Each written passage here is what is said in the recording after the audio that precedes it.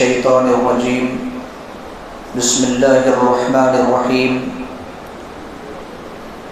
والوزن يومئذ الحق فمن ثقلت موازينه فأولئك هم المفلحون۔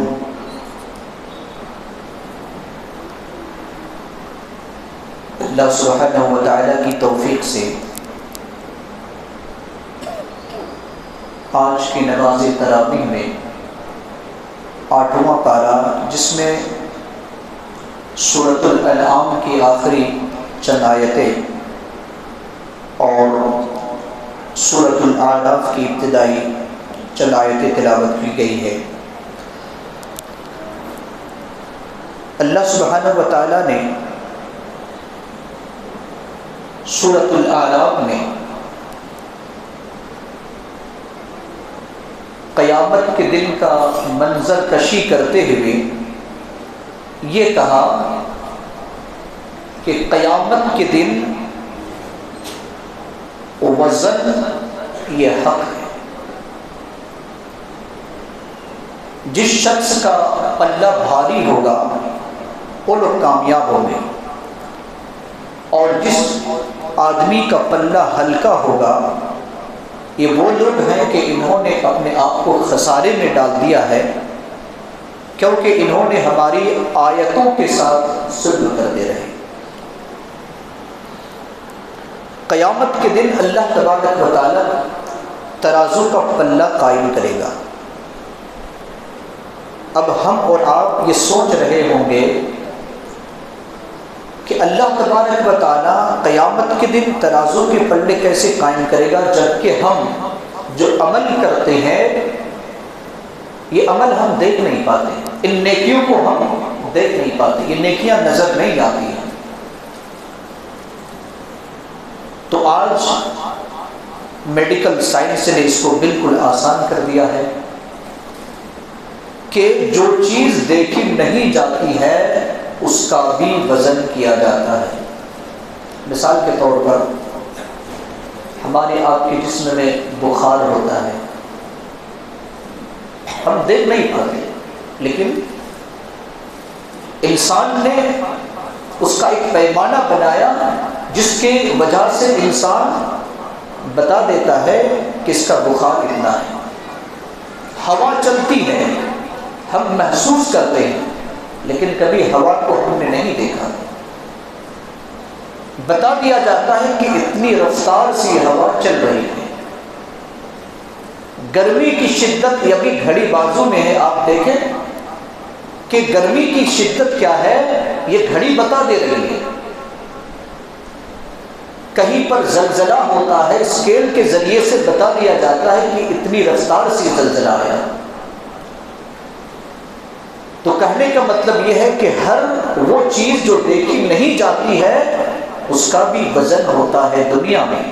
جب دنیا والوں نے اس طریقے سے بنا دیا تو کہ اللہ رب العالمین ہمارے اعمال کو وزن نہیں کر سکتا؟ یقیناً کر سکتا ہے۔ پہلا جواب۔ دوسرا جواب یہ ہے کہ حدیث کے مطالعہ سے پتہ چلتا ہے کہ انسان کے جو اعمال ہیں، نیکیاں ہیں، 3 چیزوں میں تولی جائیں گی۔ 3 چیزوں میں۔ بخاری کی روایت ہے جو سب سے آخری حدیث ہے، جس میں اللہ کے رسول صلی اللہ علیہ وسلم نے فرمایا کہ کلمتان خفیفتان علی اللسان ثقیلتان فی المیزان سبحان اللہ و بحمدہ سبحان اللہ العظیم، کہ دو ایسے کلمے ہیں جو لسان یعنی زبان میں کیا ہیں، ہلکے ہیں، اور ثقیلتان فی المیزان ترازو کے پلے میں بھاری ہیں۔ اور حدیث کے الفاظ یہ بھی ہے کہ وہ حبیبتان للرحمن، یعنی رحمان کو بہت پسندیدہ کلمے ہیں۔ وہ کون سے ہیں؟ سبحان اللہ و بحمدہ سبحان اللہ العظیم۔ تو یعنی انسان جو عمل کرے گا وہی عمل کو تولا جائے گا، یہ حدیث بتا رہی ہے۔ دوسرا حدیث کے اندر جو بتایا گیا وہ ہے صحائف اعمال کو تولا جانا، یعنی ہم اور آپ جو عمل کرتے ہیں، فرشتے جو لکھ رہے ہیں دفتر اور رجسٹر کے شکل میں، اسے تولا جائے گا۔ سنن ترمذی کی روایت ہے اللہ کے رسول صلی اللہ علیہ وسلم فرماتے کہ ایک بندہ کو لایا جائے گا اور اس کے 99 دفتر رجسٹر ہوں گے گناہوں سے بھرے ہوئے، اور اتنے لمبے ہوں گے جہاں تک اس کی نظر جا رہی ہے، جہاں تک نظر جاتی اتنی بڑی وہ کاپی ہوگی، وہ بک ہوگی، اور کتنے 99 وہ بندہ ڈر رہا ہوگا آج میرا کیا ہوگا۔ اللہ رب العالمین اس بندہ سے پوچھے گا کہ ان بک میں، ان کتابوں میں جو لکھا ہوا ہے کیا تم ان میں سے کسی ایک کو انکار کرتے ہو؟ وہ بندہ کہے گا کہ نہیں، میں تو انکار نہیں کرتا ہوں، سب کو میں نے کیا ہے۔ اللہ رب العالمین فرمائے گا کہ میں آج کسی پر ظلم نہیں کروں گا، تمہارا ایک بطاقہ ہے، ایک چھوٹا سا خط ہے، وہ خط کیا ہے؟ اشہد ان لا الہ الا اللہ واشہد ان محمدا عبدہ ورسولہ، چھوٹا سا اتنا بڑا پیپر۔ اچھا، اس پیپر کی حیثیت 99 رجسٹر کے سامنے کیا ہے؟ کچھ بھی نہیں۔ وہ آدمی کہے گا، جواب دے گا، اے پروردگار عالم اس بطاقہ کا کیا ہوگا، اس چھوٹا سا کاغذ کا ٹکڑا کا کیا ہوگا اتنے بڑے رجسٹر کے سامنے جب اس کو تولا جائے گا، اس کا کیا مقام ہوگا؟ اللہ کے رسول صلی اللہ علیہ وسلم فرماتے ہیں کہ ان 99 رجسٹر کو ایک طرف ترازو کے پلے میں رکھا جائے گا، اور چھوٹا سا کاغذ کا ٹکڑا جس میں شہادتین کے کلمے لکھے ہوں گے دوسرے پلے پر رکھا جائے گا، یہ پلہ جھک جائے گا، وزنی ہو جائے گا۔ تیسرا یہ بتایا گیا ہے کہ صاحب عمل کو، یعنی جو عمل کرنے والا انسان ہے، اسی کو ترازو کے پلے میں لایا جائے گا۔ صحیح بخاری کی روایت ہے، سیدنا ابو ہریرہ رضی اللہ عنہ فرماتے ہیں کہ قیامت کے دن ایک موٹا آدمی کو لایا جائے گا، ترازو کے پلے میں جب اس کو رکھا جائے گا تو مچھر کے پر کے برابر بھی اس کا وزن نہیں ہوگا۔ مچھر تو چھوڑیے، مچھر کا جو پر ہوتا ہے اتنا بھی اس کا وزن نہیں ہوگا۔ تو یہ حدیث کے اندر جواب دیا گیا ہے، جسے پتہ چلتا ہے کہ اللہ تبارک و تعالیٰ قیامت کے دن ترازو کے پلے قائم کرنے والا ہے۔ اس کے بعد اللہ رب العالمین نے ابلیس کا تذکرہ کیا ہے۔ اللہ رب العالمین نے بتایا کہ جب ہم آدم علیہ السلام کی صورت بنائیں گے، اس میں روح کو پھونکیں گے تو تم سب کے سب سجدہ کرنا، لیکن فرشتوں نے سجدہ کیا، ابلیس جو جن تھا اس نے سجدہ نہیں کیا تھا۔ ابلیس کے اندر 5 برائیاں تھیں، اس گناہ کی وجہ سے 5 برائیوں میں ملوث ہوا۔ پہلی برائی یہ کہ اس نے اپنے گناہ کا اعتراف نہیں کیا کہ ہم نے گناہ کیا، اعتراف نہیں کیا۔ دوسری برائی یہ تھی کہ وہ اپنی برائی پر نادم نہیں ہوا، شرمندگی کا اظہار اس نے نہیں کیا۔ اسی طریقے سے اس برائی کرنے پر اپنے نفس پر ملامت نہیں کیا، بلکہ رب پر اعتراض کیا کہ اس نے کیا کہا کہ میں اسے سجدہ نہیں کروں گا، تو نے اس کو مٹی سے پیدا کیا، مجھے آگ سے پیدا کیا ہے۔ اس نے توبہ بھی نہیں کی، اور یہاں تک کہ وہ رحمت الہی سے مایوس ہو گیا، اللہ کی رحمت سے کیا ہو گیا؟ مایوس ہو گیا۔ شیطان کو جب یہ کہا گیا اور اللہ رب العالمین نے فرمایا کہ فما یکون لک ان تتکبر فیہا، جو تکبر کرتا ہے اس کے لیے جنت میں جگہ نہیں ہے، کیونکہ اس نے کہا تھا انا خیر منہ، میں اس سے بہتر ہوں، تو جو تکبر کرے گا اس کے لیے جگہ جنت میں نہیں ہے۔ تو شیطان نے اللہ رب العالمین سے کہا تھا کہ اے پروردگار عالم مجھے قیامت تک مہلت دے دے، کہا ٹھیک ہے، تجھے مہلت مل گئی۔ اب شیطان کیا کہتا ہے؟ ثم لآتینہم من بین ایدیہم ومن خلفہم وعن ایمانہم وعن شمائلہم، شیطان نے کہا کہ میں تیرے بندوں کو آگے سے، پیچھے سے، دائیں سے اور بائیں سے گمراہ کروں گا۔ آگے سے گمراہ کرنے کا کیا مطلب ہے؟ مفسرین اکرام لکھتے ہیں کہ آگے سے گمراہ کرنے کا مطلب ہے کہ دنیا کی طرف سے گمراہ کرنا، یعنی دنیا کی رغبت، دلا کر کے گمراہ کرنا، پیچھے سے یعنی آخرت کی طرف سے، آخرت سے شک میں ڈال کر کے انسان کو گمراہ کرنا کہ آخرت کوئی چیز نہیں ہے. بہت سارے لوگ نہیں مانتے ہیں. اسی طریقے سے دائیں سیدھے طرف سے گمراہ کرنے کا مطلب کیا ہے کہ نیکیوں سے نفرت دلا کر کے گمراہ کرنا، یعنی انسان نیکی میں نفرت کرے گا، یا تو نیکی کرنے کے بعد وہ انسان کے اندر غرور آئے گا، انسان مغرور ہو جائے گا، گھمنڈ اور تکبر کا اظہار کرے گا. اور اسی طریقے سے بائیں کی طرف سے کرنے کا مطلب مفسرین اکرام نے لکھا ہے کہ برائیوں کی طرف سے لذت حاصل کرنا، یعنی خوشنما بنا کر لوگوں کے سامنے پیش کرنا. تو اس طریقے سے شیطان نے کہا کہ میں تیرے بندے کو گمراہ کروں گا.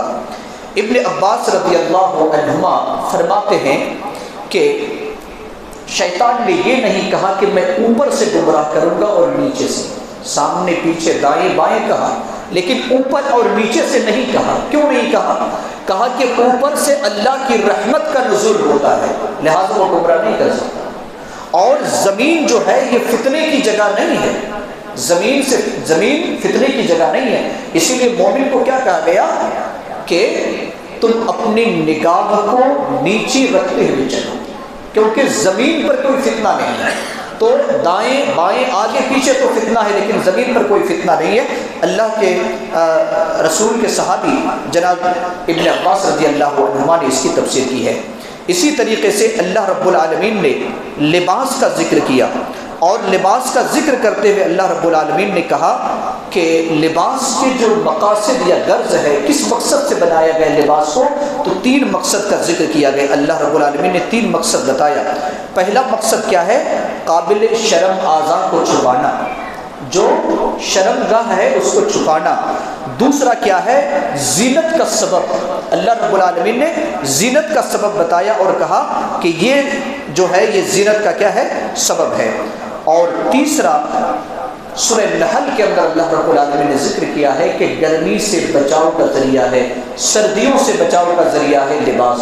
یہ 3 مقاصد کے لیے اللہ رب العالمین نے لباس کا ذکر کیا. لیکن اللہ تبارک و تعالیٰ نے یہ بھی کہا کہ لباس التقوی ذالک خیر، تقوی کا جو لباس ہے یہ بہتر ہے. تقوی کا لباس کیا ہے؟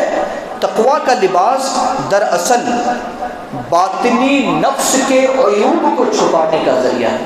جو ہمارے ظاہری چیز تو ہم کپڑے سے چھپا لیتے ہیں، لیکن جو باطنی عیب ہیں ان کو تقوی کے لباس سے، یعنی جس میں جتنا بڑا تقوی ہوگا وہ انسان اتنا ہی اپنے عیب کو چھپا کر کے کم سے کم وہ برائی کر سکتا ہے.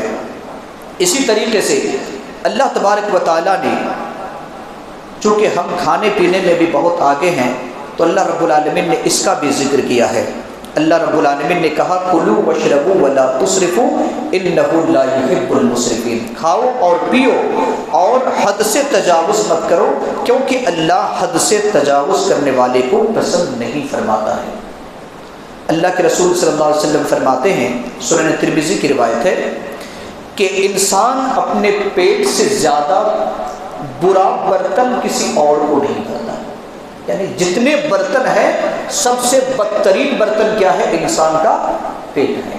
اللہ کے رسول صلی اللہ علیہ وسلم فرماتے ہیں کہ انسان کو چاہیے کہ اپنے پیٹ کو 3 حصوں میں تقسیم کرے. ایک حصہ میں کھانا، دوسرے میں پانی، اور تیسرے میں ہوا کے لیے جگہ رکھے. آج ہم کیا کرتے ہیں؟ دعوتوں میں خوب اڑاتے ہیں اور پانی پینے تک کی جگہ ہم باقی نہیں رکھتے. اور ساری بیماریوں کی جڑ یہاں پر ہارون رشید رحمہ اللہ کے زمانے میں ایک نصرانی ڈاکٹر، نصرانی طبیب تھا. اس نے پورے قرآن کا ریسرچ کیا، اور ریسرچ کرنے کے بعد اس دور کے جو بڑے عالم علی بن حسین، جس کو زین العابدین رحمہ اللہ کہا جاتا ہے، اس سے پوچھا اس نے کہ ہم نے قرآن کا مطالعہ کیا، لیکن قرآن کے اندر کہیں پر بھی ہمیں علم الابدان کا ذکر نہیں ہے. یعنی علم کی 2 قسمیں ہوتے ہیں، ایک علم الادیان اور ایک علم الابدان. ادیان کا مطلب دین، شریعت کا علم، اور ابدان کا مطلب جسم کا علم، بدن سے۔ کہا کہ کسی جگہ پر نہیں ہے، میں نے تو پورا قرآن پڑھ لیا لیکن کسی جگہ پر نہیں ہے۔ تو علی بن حسین رحمہ اللہ نے یہی آیت پڑھ کر کے سنائی اور کہا کہ کاش اگر تم نے سورۃ الاعراف کی وہ آیت پڑھ لیے ہوتی جس کو اللہ رب العالمین نے فرمایا ہے آیت نمبر 31 میں کہ وَكُلُوا وَاشْرَبُوا وَلَا تُسْرِفُوا، کھاؤ اور پیو، حد سے تجاوز نہ کرو۔ حد سے تجاوز کرنے کا مطلب یہی ہے کہ انسان اسراف نہ کرے، فضول خرچی نہ کرے اور زیادہ کھائے بھی نہ۔ اللہ کے رسول صلی اللہ علیہ وسلم نے جو حد بندی کر دی ہے کہ اپنے پیٹ کو 3 حصوں میں تقسیم کرو، ایک حصہ ہی میں کھانا کھاؤ، اگر ایک حصہ سے دوسرے حصے میں ہم گئے تو یقیناً ہم حد سے تجاوز کریں گے، اور جب حد سے تجاوز کریں گے تو شوگر کی بیماری اور بی پی کی بیماری اور نہ جانے کتنی بیماریاں جو پیدا ہوں گی وہ ساری بیماریاں معدے سے پیدا ہوں گی، کیونکہ ہم نے پیٹ کو بدترین طریقے سے بھر دیا ہے، جبکہ شریعت نے ہمیں اور آپ کو ایک لمٹ بتایا ہے کہ اتنا تو نے کھانا ہے، اتنا پینا ہے، اتنا خالی رکھنا ہے۔ اللہ رب العالمین سے دعا ہے کہ اللہ رب العالمین ہم سب کو کہنے اور سننے سے زیادہ عمل کرنے کی توفیق عطا فرمائے۔